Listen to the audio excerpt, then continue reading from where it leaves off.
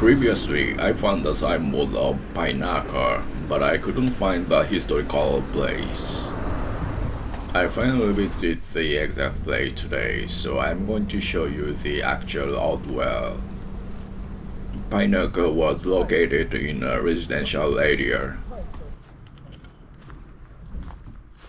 Similar to Ianasu, there are information boards in Japanese, English, and Chinese by the Ishigaki City Board of Education. My studio slippers, I felt creepy. It's prohibited by the Ishigaki City Cultural Properties Protection Ordinance to change the current situation or to affect the preservation in this area without obtaining permission.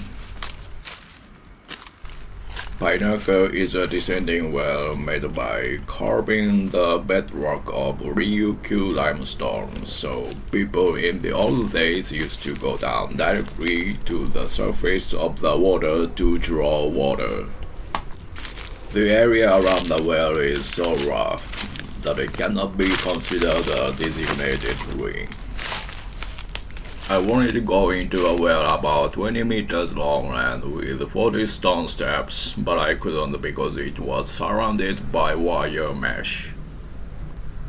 According to Hirae village folklore, it is not clear when it was, but when the area near the well was called Nakantu, Uriya had 7 brave brothers.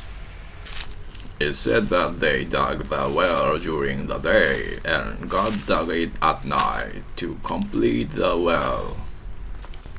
Painākā is a public well of the Hirae district, and it was carefully used before tap water became prevalent. Many iron slugs and earthenware have been found around the well, and it's also known as the Painākā ruins.